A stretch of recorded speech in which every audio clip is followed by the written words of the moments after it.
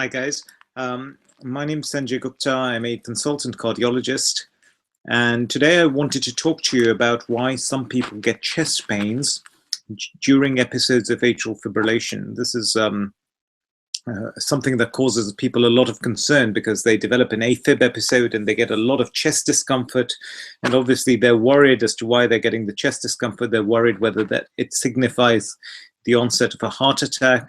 It's very uncomfortable and they want to get rid of it. And this is one of the main reasons that people end up going to hospital, because of this chest discomfort.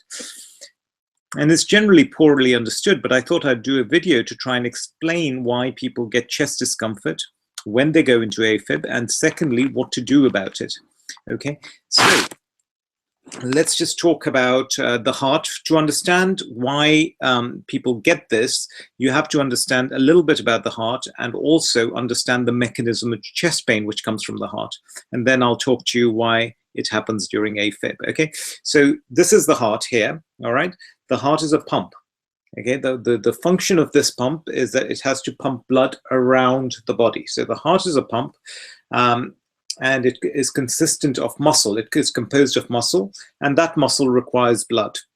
Now, for the heart to work effectively, it has to be constantly supplied with oxygen-rich blood, and then the oxygen is then used by the beating heart to try and function effectively. Okay, the blood of the heart is supplied.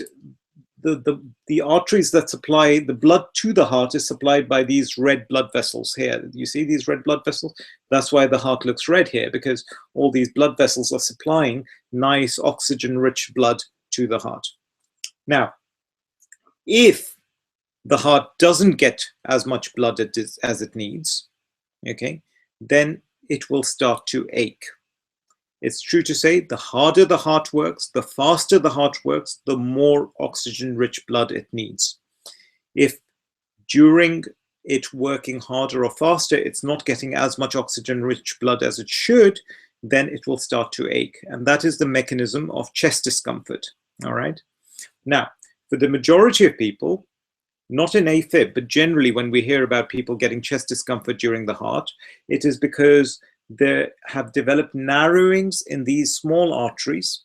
And although the narrowings aren't particularly bothersome when someone is just sitting, when they start walking or the heart rate goes very fast, they start developing chest discomfort. This is for people who get chest discomfort regardless, when angina. Now, the first thing to say is people who have AFib, particularly older patients, have the same risk factors for AFib as they would for developing narrowings of the heart arteries. So, look, AFib, what are the risk factors? What are the things? High blood pressure, diabetes, age. So those are exactly the kind of things that would also cause narrowings in the heart arteries. So in older patients, in older patients, you can concomitantly have narrowings in the heart arteries. So if you're, say, 70 or 80, you have diabetes, high blood pressure, you've got furring up of the leg vessels, then it's quite possible that you may also have narrowings in the heart arteries. But there is another group of patients who get AFib who do not have heart artery narrowing. So let me talk to you about what happens in people with AFib. The first thing to say is that the arteries here, okay, they tend to fill up when the heart is relaxing. The heart contracts and then it relaxes. The arteries that take the blood to the heart do so when the heart is relaxing, okay? Because if the heart contracts, then it would contract, all this blood would be squeezed out. And therefore, the mechanism by which the heart arteries fill with blood is during relaxation or diastole, okay? Now, when the heart goes very fast, the amount of time for relaxation gets less, okay? So it is the relaxation phase of the heart which gets less when the heart goes fast, because you have a less amount of time for the heart to do what it does. If you're speeding up the heart, all right, you're speeding up the heart like this, then you have to compromise somewhere. So generally the mechanism is that when the heart speeds up and it's going very fast, The contraction is preserved, but the time for relaxation gets less and less. And therefore, when the heart goes fast, the time given for these coronary arteries to fill with blood gets less and less. All right, so that's just a few things. So now let me talk you through why people with AFib get chest discomfort. The first thing is, a lot of people, when you go into atrial fibrillation, you're going to be pumping out less blood than when you're not in atrial fibrillation. So the first thing is there's less blood going around. Less blood means less blood everywhere. Okay, so that's the first thing. The second thing is that when you go into atrial fibrillation, your heart goes very, very fast. So you're asking the heart to do a lot more, i.e. it requires a lot more oxygen because it's having to beat much faster. But the oxygen is supplied during the relaxation period of the heart, when the heart is relaxing. And because when the heart starts beating very fast, the amount of time left for relaxation of the heart is the one that gets compromised on. Therefore, you get less blood going through. So A, the heart starts asking for more. B, there's less blood going through. And that is why people will then develop this heaviness or tightness in the chest. Okay, and sometimes it's not uncommon for people to actually get this and come into hospital and be told, oh, you've had a small heart attack because your heart was going very fast. This is the mechanism by which this happens. Of course, the third possibility also is that some people may actually have heart artery narrowings. Those are the people who are older, who have diabetes, who have high blood pressure, who have furring up of their legs. So those are the mechanisms by which people get chest discomfort. Now, the next question is, well, what can you do about it to minimize the chest discomfort and also to to minimize the chest discomfort and also avoid any risk of damaging the heart?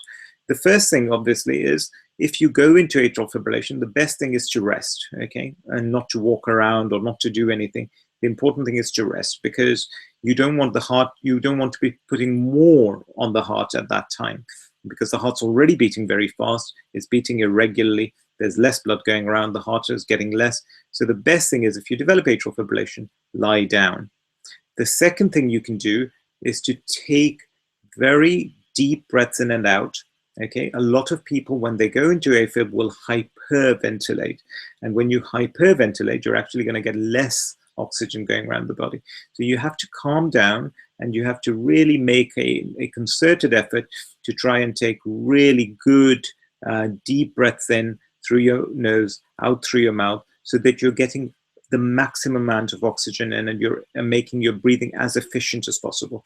This will also calm you down and may have an impact on slowing the heart down. The third thing, obviously, is always, if your heart is going very fast like this, if you are already on medications such as beta blockers, it may help to take a beta blocker, because beta blockers will slow the heart down and thereby relieve the discomfort. But finally, if you are getting chest discomfort during episodes of atrial fibrillation, then it is worth getting checked out and making sure that you don't actually have any heart artery narrowings that could be contributing to the problem. This is particularly applicable to those people who are older, who have diabetes, high blood pressure, previous strokes, etc. So I hope you found this useful. Let me just do my usual bits. Okay, so my name is Sanjay Gupta. My website is yourcardiology.co.uk. My Facebook page is, I don't know, but you just have to type yourcardiology@gmail.com and you can get through that way. We also have a telephone number now, so you can ring me and you can get, sometimes you can get through directly to me. So if you want to have a chat, don't hesitate, drop me a line. The best way to get in touch with me is through my website, which is this one. Okay. So I hope you found this useful, and I look forward to speaking to you soon. All right, bye.